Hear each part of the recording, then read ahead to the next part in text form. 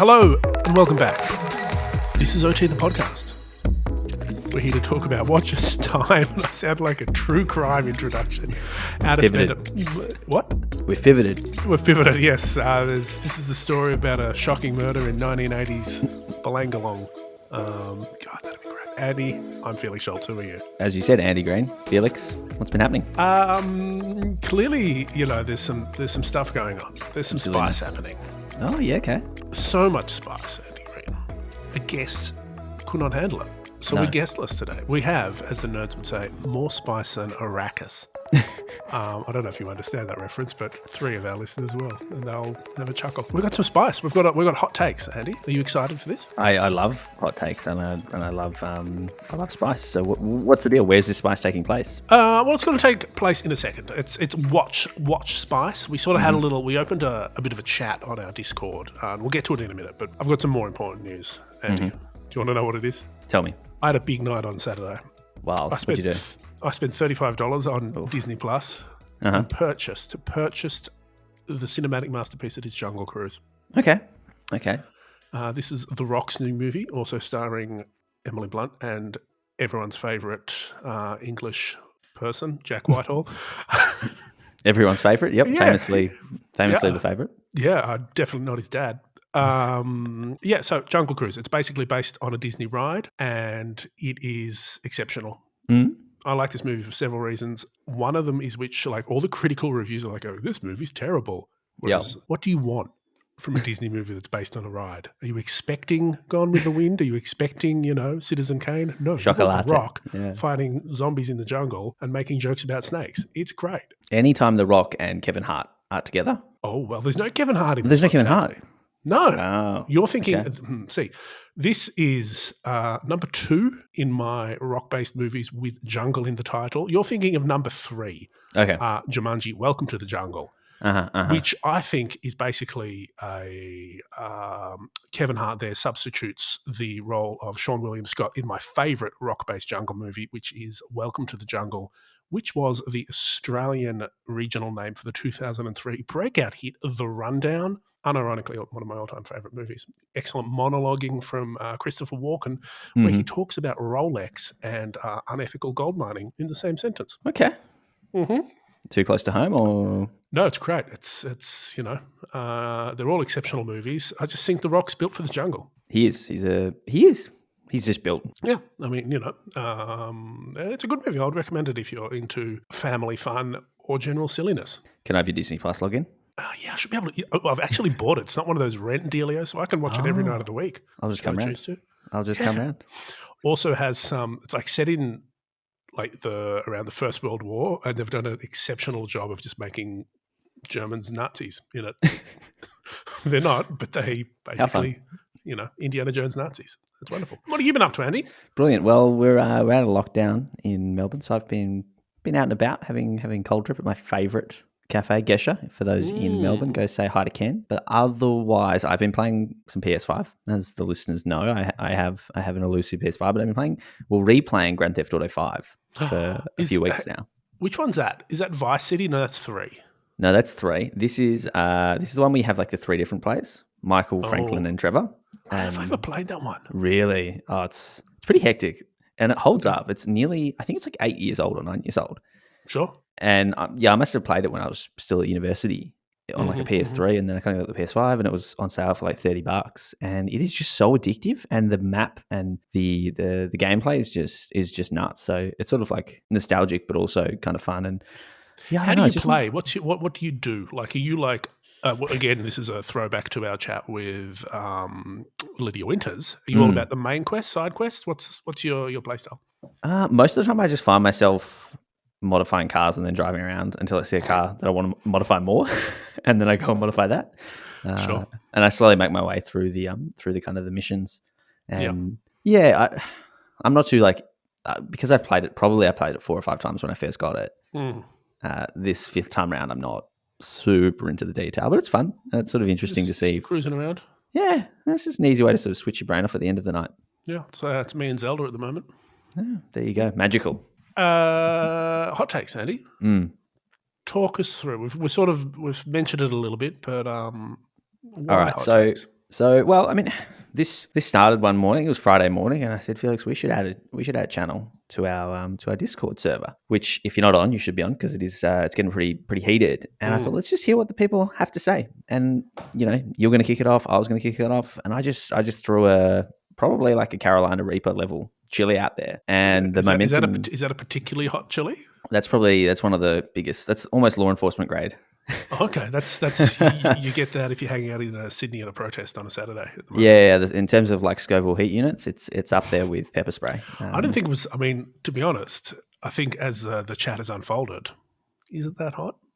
I think it's gone down to a bell pepper, my friend. You think it's a bell pepper? You think it's bottom tier, barely a tingle on the tongue? So what we've done is some good old fashioned crowdsourced content. I love it. And we're picking out some of our favorite takes from the group, and maybe we'll do this again. But we thought these stand out, and I think as you were saying, they can be substantiated, or they don't have to be. Yeah, I mean, you don't have to. Like, this is. I think the difference for me is that this can just be something that you feel. Like my first one, it's a very personal opinion. I will defend it, but I also don't think it's quote unquote truth or better than what anyone else thinks. Amazing. Well, should I throw my one out there first? I think you should. Cool. Well, it's something I've probably said on the show, but Patek Philippe Nautilus 5711 in steel, I think is overpriced at retail and this is very important, if you ignore resale value. What's it at retail? It's like a 30, 40 grand watch these days? Yeah, it's probably like low 40s Aussie, so call it 50,000 US. Sure. Or 50,000 Aussie. And obviously, we've seen the current iteration selling for 10 plus times that, probably 13 times, 14 times retail. Yeah. But if that wasn't the case, if this was a watch that just was traded for retail, I don't think it's that good. Maybe the way of thinking about it is that if it didn't say Patek Philippe on it, and even if it was made in the 70s, say it was, I don't know, Ebel or Vacheron and Constantine, like the 222, something like that, they're not, held up to the same ridiculous standards.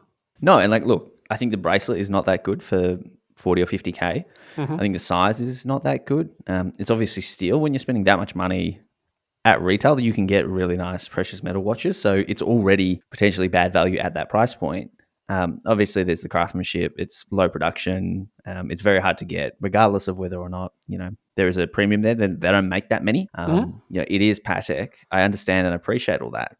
But there's a reason. Like 8 years ago, you could just walk in and get them, and it was because it wasn't like the strongest watch in the market. And it's not the strongest offering. And if it's like a steel sporty watch, it's not even a sports watch, right? Like this watch does not, hold up to a Rolex Submariner or a sure. You're not going to take a saturation diving or something. You're not even going to wear it in the pool. So I kind of I just it makes me feel really weird, because if I was offered a 57 at retail, I don't know what I would do.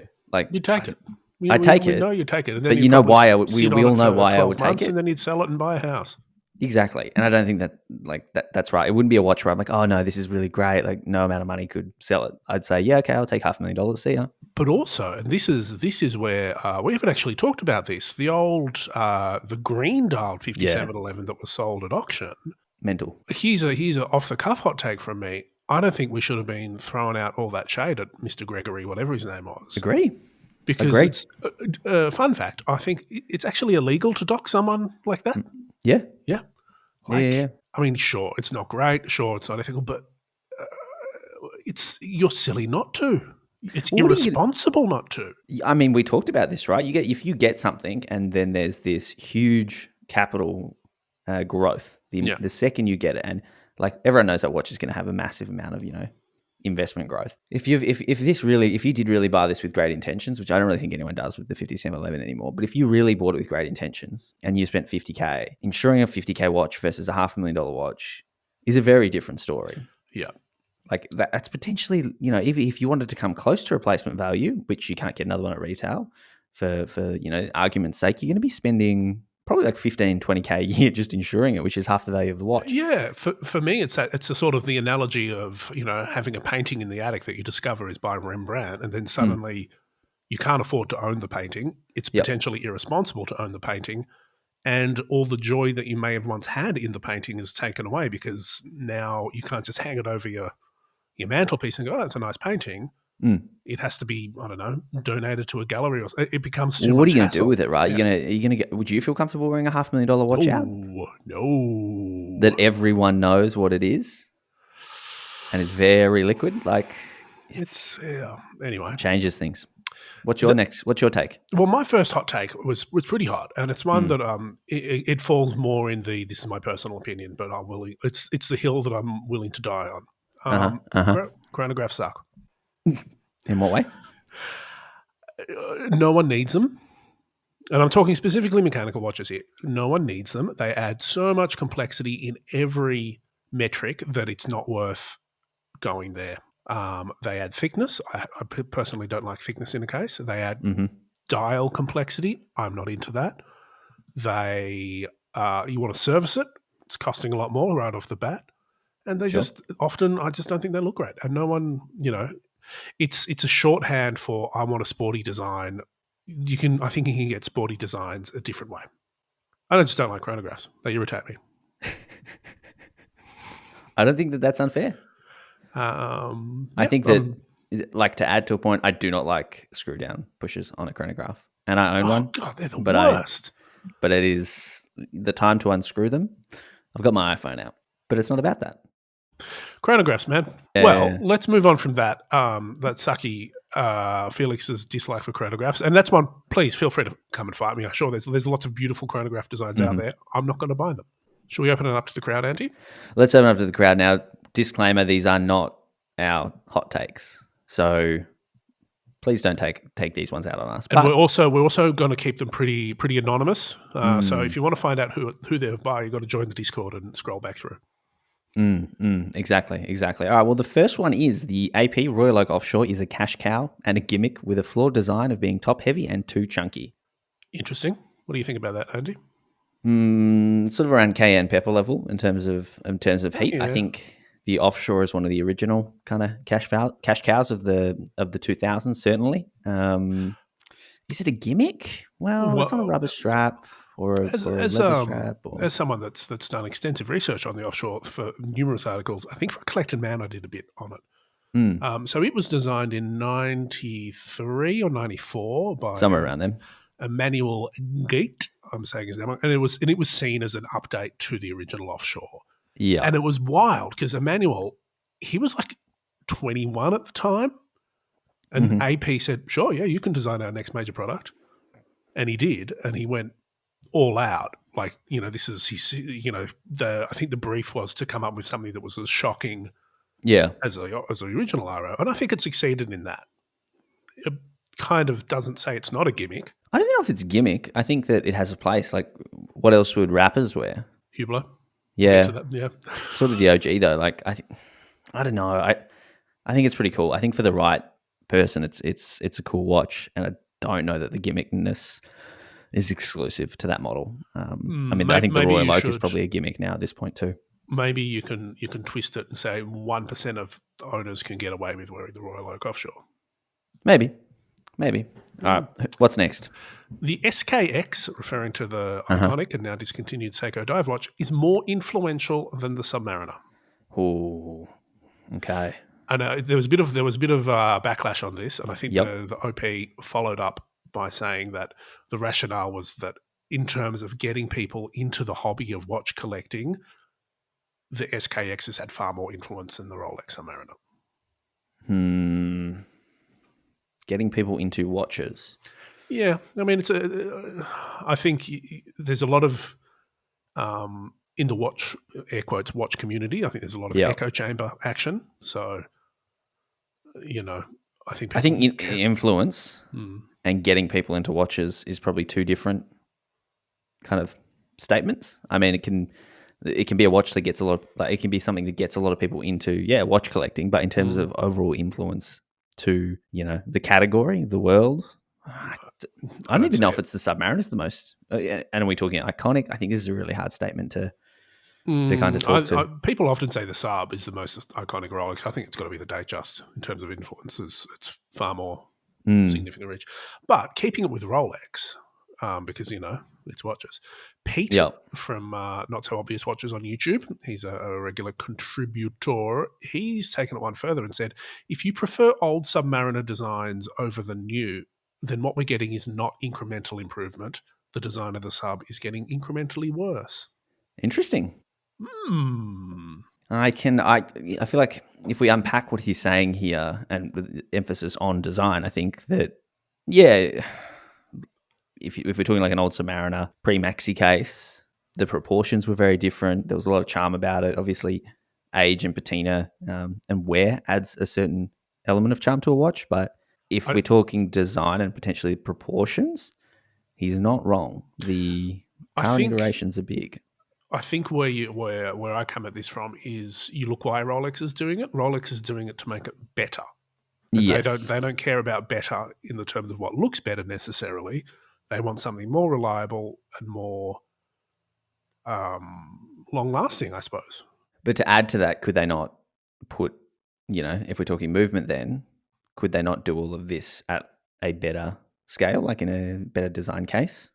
Well, I mean, I guess But the case is only one part of it as well, right? Yeah, like they will say, well, we made the lugs a bit thicker because they're going to last longer and not get worn down with polishing over time. And I don't know. It's a really hot take, Pete. It's pretty good. I think it's a great one. And again, it comes very. You get stuck in the weeds in what purpose is and nostalgia and all that. Like in 50 years' time, are people going to be like, going, oh my God, that first generation maxi case sub, oh, it's so cool. Like, do you know what I mean?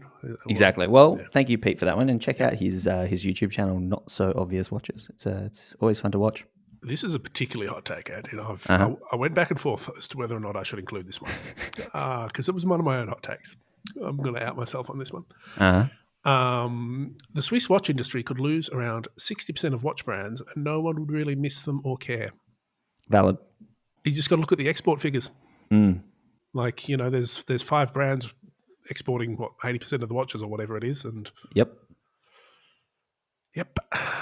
Let's move on, Andy. Let's not think about that one too much. People only like Rolex. People only like bracelets, because Rolex makes good ones. I can take it one step further. Any other bracelets that are good are ones that are like Rolex ones. Rolex have mastered the bracelet. What about the? Yes, I think whoever wrote this is 100% right. I've got a Grand Seiko on a bracelet that I love at the moment. I'm very finicky about bracelets, and it's because it's essentially a Rolex bracelet. Rolex got there first, and they've kind of perfected it. And their bracelets are getting better. What about other styles of bracelet though? Like those other sort of. Well, they've got several kind of core styles, right? Presidential, Jubilee, Oyster, even the straps. They're Oyster Flex. It's a bracelet. It's a bracelet, right? Like, no, I'm talking other brands like your Speedmaster bracelet or Piaget bracelets are famously great. I think this, for me, it comes down to the purpose. Like the Rolex bracelet is made to be worn all day, every day, and it is great at it. Other ones maybe. Do you know what I'd really like, actually? The Vacheron Overseas bracelet, the current generation. I think that's that's quite cool. Yeah, but like really good and esteemed brands with shitty bracelets, like the Nautilus, or I really don't like the Royal Oak bracelet. It looks cool, wears poorly. That's part of it too, right? We're talking about watches here. Compare it to cars. You're going to have cool cars that are unreliable. They catch fire if you look at them the wrong way, Yeah, look good quality. Well, I think actually someone said this in the Discord thread. They said you can have performance, design, and price, but you can only have 2. So it's a classic. You can have it done well, done fast, or done cheap. Pick 2. Yeah, you can't have it all. So interesting. This is the next spicy hot take. I think it's some sort of ghost pepper. Yeah. I really Carolina Reaper, probably. Oh yeah, I mean it's one that's close to my heart. Hublot has more ideas, novelties, and has done more for watchmaking since the 1980s than Rolex. Unfair that everyone's throwing him against Rolex, but I think if you take the comparison out, Hublot is a phenomenal watch brand that has done a heap of stuff and does not get the recognition it deserves. 100%. Yep. Novelties. I mean, the ideas and the things that they try. And, the word gimmick is thrown around, and I think that it is unfair. Like, it They've feels got a genuine. different business model. And innovation as well. Like, let's try and make a dial out of this. Let's try and do this. Let's try and do that. And it's sort of, you have Hublot doing it, and then you have a whole bunch of external collaborators that some brands choose to go to for a strap or for a dial. But Hublot is really the brand that sort of puts that first. And they make it acceptable, and they take risks. Well, I don't know if they take risks, but they have built a watch brand that allows them to do different things. They commercialized, industrialized sapphire case production, or worked with third parties to do it, which is wild. Yeah. That's that alone. Like Shaw Rich Mill and other brands, have done it first and to a high level, but they're making one watch for $1 million. You can buy a Hublot Sapphire watch for a couple of $100,000. I'm not sure. Yeah, Hundy will get you one. Yeah, they're great. And speaking of Richard Mill, Andy, do you want to talk about this one? Oh, I'm saying this one. Okay. Well, I'll miss you all. Richard Mill is a watch brand for people who need to launder their money. ... Hot enough? ? Yeah, it's pretty hot. Money laundering is it.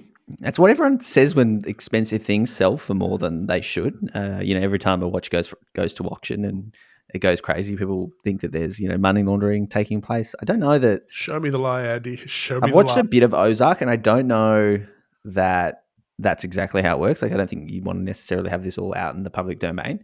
My theory if just talk about the auction stuff for a second, and the Nautilus, for example, you can't. First of all, you wouldn't want that out in public, but yes, obviously you need that transaction and the receipts and stuff. But I just think when it comes to auctions, people trust them more. We've all grown up where it's like an auction gives you that surety and it's there, and if you pay the most, you get it. And there's so many people out there that have tried to buy something from their authorized dealer, and it doesn't matter what they do, they can offer the most, they won't get it.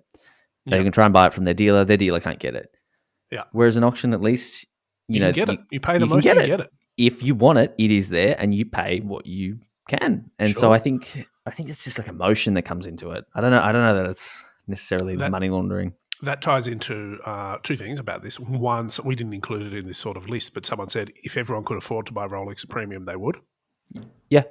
And the other one was, you reminded me of our chat with Eric Koo, and he was talking about bidding at auctions, and he was like, he's a professional watch buyer, and he still gets caught up in that excitement of the auction. So I don't think you should underestimate that. And if you got some cash to burn and you see the Rolex Daytona that you've wanted forever, and you're like, yeah, right, I'm going to have a crack at it, and then you just keep going, and it becomes addictive, and you get it if you pay the most. Pretty simple. So is Richard Mille brand for people who launder their money? I don't know. I don't think so. Look, no, I don't think fundamentally it is. I'm sure there are, some people that are buying high value, fairly liquid assets for nefarious purposes, but I don't think that's just Richard Mille. Moving on, speaking of liquid assets, Tag, I like this one as well. I like all of these. These are great. Tag and Tudor are basically the same level. Watch nerds just focus on the best of Tudor and the worst of Tag. So true. I actually love that this got called out as well. Like, I mean, basically the same level. Well put. I think the better element of this is that, watch nerds really focus on the best of Tudor and the worst of Tag. It's true. We love to, as a community, we love to jump on Tudor and everything that they do. And jump on Tag for all the other reasons, And I think that the Tag is like a really solid place. I mean, this year they've really killed it with some releases, which we've obviously talked about. But sure, if you're talking about impact and importance of getting people into watch collecting, where we grew up, man, like Tag Heuer is like the brand. Like that was like the first luxury brand I really knew of, and it was sort of like the Tag Formula One was the watch in the early 90s or the 80s. It was like aspirational sliced bread. Yeah, and it was like, wow, like if you owned a Tag Heuer, like it really really meant something before you kind of get into the sport. And like that's who they make watches for to this day. Like that's why their watches are a certain size and a certain design. And I think the last few years they've really started to cater more for enthusiasts, but before that, like it's a very big brand and they've been very successful. And they don't, and not everyone.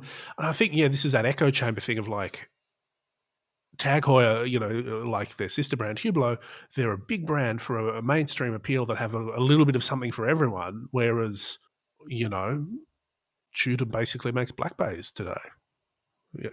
Like at least Tag have a range of diverse families with real heritage that they're still honouring and evolving from. If you want to push the argument further, think about it this way: how many Tag Heuer ambassadors could you name? Yeah, quite a few. A lot, right? Yep. And in terms of like investment and getting like watches out there and getting people aspiring to own watches and being interested. Yep. Leonardo DiCaprio, Thor. Yeah. Well, Thor. all I think greats. Tiger Woods was Tag at one point. Tiger Woods had him. Tudor's only got 3 that I can think of. And that's only because I work in the industry and I get the press releases. And everyone complains about it. They've got some great ambassadors now. Patrick Dempsey, what a he's very enthusiastic and legitimate about it. Bloody Steve McQueen. Yeah. So I don't know. I think and even if you dig into like the Caliber 11 and Jack Heuer and like in terms of the importance, the thing for me around Tag Heuer that's great. This is sort of derailing the hot take a bit, but it's still a hot take. Is that Tag Heuer and Heuer are such important brands for the marketing side of watches. Yeah, that's what I mean. Yeah, like they had the first. This is a little fact that I love, and I bring it up whenever I can. Joe Siffert was the first ever F1 driver sponsored by a watch brand. Yeah, exactly. And he's selling Heuers to everyone else as like part of the deal, like selling them to dudes in the paddock. And he got a cut. Okay, so here's the deal: recreate a Tag Heuer ad. I'm doing the Leonardo DiCaprio exactly. pose. Like, well, it's the pose. Like they created that pose. The genre. So it's as iconic as Pass It On to the Next Generation, or exactly more so. I think the destiny of the world. Blah blah blah. The next one hurts me deep inside, Andy. Same. Do we want to just delete it, or do we have to honor it? Honor it, and we can fight on it. They say bring it. So Nomos is a high-end Swatch watch. It's just not true. That ain't right. It's not. So it's not true on one level because the Swatch watch was meant to, save the Swiss watch industry and be essentially a disposable product. Exactly. But Swatch do often have a really good design sensibility and strong graphic nature that maybe Nomos also has. And great value. Oh, yes. So I think Nomos is one of those brands that plays really strong into the value proposition and are very competitive in terms of what you actually get for your money and the price points that you shop with them. So I can see where they're coming from. And I think certainly for those, if you're thinking the iconic Swatch watch, like those core sort of simple black graphic ones, I can see where you're coming from. But the ones with ducks and fish and all that sort of stuff, it's Swatch is too broad. Nomos will never be that broad. Yeah, fair. All colourful. You could say that Hublot is a high-end Swatch watch. But we didn't say that. You said it. You could say that. You could. I mean, you could say anything is anything, and we can argue about it. Sure. All right, this one's. Stay with me. Omega wants to be the 1990s Rolex. Rolex wants to be the 2000s Patek. And Patek wants to be left alone. What do you think about this, Andy? I'm not sure what this means.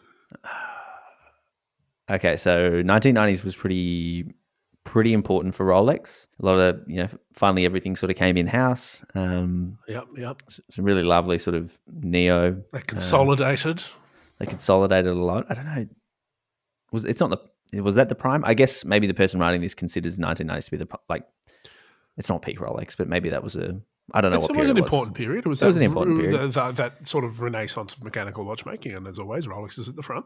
Patek in the 2000s. Did anyone really care about Patek in the 2000s? I don't know. I think that's like they were just a nice brand that made expensive watches that people's granddads had. Yeah, maybe there's some pedigree there. And Patek wants to be left alone. No, Patek wants you to buy, not steal sports watches. They want you to buy as many Calatravas as you want. They want you to buy Calatravas. They want you to buy precious metal watches 24/7s. Yes. Those ones. 24, not 24/7. They want you to buy their dress watches because there's, bigger margins in precious metal than in steel.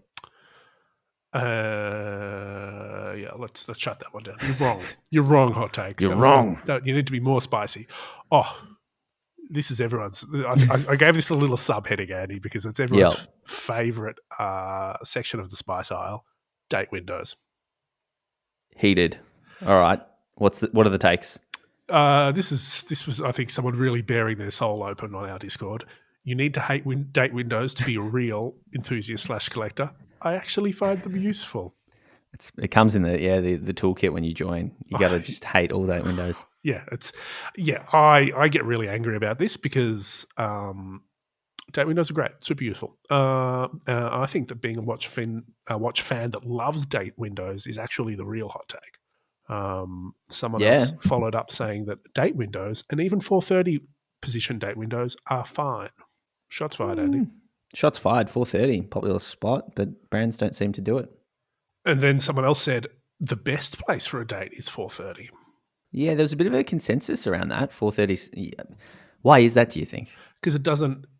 So the argument against it is that it messes with dial symmetry. The argument, I guess, for it is that it's not taking up a spot. It's not like taking out an hour marker or something like that. It doesn't bother me. Messes with the balance, though. That's probably the logic, right?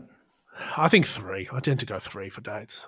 Yeah, me too. 3 or 6. People really do not like it at 6, though, do they? I think it fits in. I don't know. People are nuts. For me, though, and this is my spice, criticising date windows on any rationale is really just a cheap shot. Yeah, I mean, and how many times is it Cyclops, no Cyclops? Like, that's a thing in itself. There are some valid things about, like, if it's been done poorly, like if they've just like got the dial, chucked a hole in it, and then put in a date wheel with a different color and a different font. That does irk me. Like when you have on a $6,000 watch, you've just gone, oh yeah, you've just pressed another hole in there. That's, put some thought in. That does bother me when it doesn't match. Like it can be like a contrasting color, but when there's no thought and it's like, it's just a white date window and no other part of the watch is white. I remember asking the former CEO of Longines, a guy by the name of Walter von Karnel, who had been the CEO of Longines, or the president, whatever his title was, since the 80s. He was very, very long run. He was an old guy, obviously. He's been in the job, but he was not afraid of having an opinion. And I was in an interview for a previous role, and I said, why do you always put date windows on things? And he's had a very sort of thick accent. He's like, people are like, watch nerd journalists always ask us this. It's because people like date windows. It's a value add, right? I mean, yeah, my dude makes Longines is one of those top 5 Swiss watch exporters. Dude knows what he's on about. People want date windows. He's going to give them date windows. Well, it's a value add. Like it's an additional feature. It's useful. It's useful. It's very useful. I like I like them. I think, like the date is like the perfect demonstration of, integration of that information onto a dial. Yeah, any date at 3 is pretty fine. I don't, it doesn't stress me. The next one was, I think this was a good hot take from someone with some credibility behind them. This was posted by a pilot. Yes. People that don't have their GMT hand set to UTC shouldn't be wearing GMTs. Can't argue with him. Oof, he's not wrong. I think most people who have GMT watches don't know how to set them. Yeah, or you don't call it a GMT, just call it a dual time. Or how to read it. Yes. Just call it a dual time. It tracks 2 time zones. Yeah, 2 to 3. Yeah. My I like how you've included another one that is. I thought this was a nice place to end it, Andy. Yeah. You gonna read it out? I'm going. Well, I don't know. I thought maybe you would want to read it out. I'm going to offend everyone. Omega Speedmaster is only as popular as it is because it's easy to photograph. Come at me. I would clarify that. I would say okay. So you go. I can. I'll make a stronger case. Okay. So it's monochromatic. It's black and white. It's got a nice dome crystal. You take a photo on an iPhone, it's going to look really good. Yep. It's also really easy to pair with basically any strap. So it's sort of like it's the vanilla ice cream of watches. It's just you can add anything to it, you can't go wrong. It's going to improve it. It's just like a very solid base, which I think is kind of like it's good and bad because it's like the whole meal, but you still need to bring the chili sauce. You need some condiments. And the chili sauce is in the form of one of the many limited editions Amigo produce. The limited edition's great, but like the regular run-of-the-mill Speedy Pro is, I don't know. Vanilla ice cream. Everyone loves vanilla ice cream, Andy Green. It takes a nice photo. It's really easy to photograph, and taken many photos of watches. It is just so easy to photograph, and I think it's risen in popularity so much because, plenty of watches we've talked about here. It's got that sort of that cachet that comes with being posted to Instagram a lot. Now, do you see that as a weakness? No, it's great. It's great. It's like because if I'm Amiga, that is great. Like it's good design. That's totally what everyone else wants. You know this, right? Like, there's nothing worse than like getting a watch that is a pain to photograph, that you can't, get whatever angle, or you need to have, diffuse the light in a certain way or block it reflections. Like, if it's hard to photograph, we're almost like instantly. If a watch isn't on the gram, does it even exist? Yeah, and look, there are people that buy watches because of how. I guarantee there are people that are like, oh, this photographs really nicely, and that's a factor into their purchase decision. That's my theory. I know, and again, I'm going to refer to an interview I did because I asked this question of Fabrizio Buonamassa Stigliani, who's the guy at Bulgari who designed the Octo Finissimo, and I said basically this: like, it is impossible to take a bad photo of the Octo Finissimo because it's flat, it's faceted, it's geometrically strong. Is this like, do you design factoring in Instagram yet? Like, are you factoring that into, the process? And he sort of said no, but it is, the principles are the same. The principles of good design are the principles of light and reflection and, how something, translates. So if that's translating as a product on the wrist or image in a photograph, it's the same. That's really solid. Yeah, I thought so. Amazing. Well, 40 minutes from our Discord. If you haven't joined by this point in the show, you got to check yourself before you wreck yourself, because there's something wrong with it. The heat is still going. I'm still getting notifications right now. Felix, before we wrap things, we should probably mention we've got some exciting things coming up. We have our 100th episode next week. What are we going to do? We should probably do. We're going to have a party? No, we can't. Have a party. I think we're going to get one of our mutual friends on who sort of was there at the start of OT. We've waited far too long to get him on. It's a surprise, but he's an ambassador for one of the brands that we've mentioned today. Several times. Well, what else we got in the works, Felix? I'm thinking we do a T-shirt. Why don't we do like a T-shirt for our 100th ep? Yeah, maybe. Let's look. Stay tuned. Tune in next week. We'll have a few surprises. If you've listened this long, you're hopefully logging into Discord. But log into Discord. Listen to next week's episode. We've got some big news coming out. It's going to be great. We'll put the link in, for Discord in our socials and the show notes. ot.podcast on Instagram. If someone wants to email and fight us about our hot takes, what should they do, Andy? Yes. So otthepodcast@gmail.com. If you're wanting to contact our legal department. We don't have one. We don't have lawyers yet. Yeah, that's just trash. Just reply info@competitor.com. Just don't. And I mean, everyone, tell your friends, tag us on socials, share the show, give us those 5-star reviews, keep the podcast humming along. And Felix, I guess we'll see everyone next week for the big. I'll be wearing a party hat.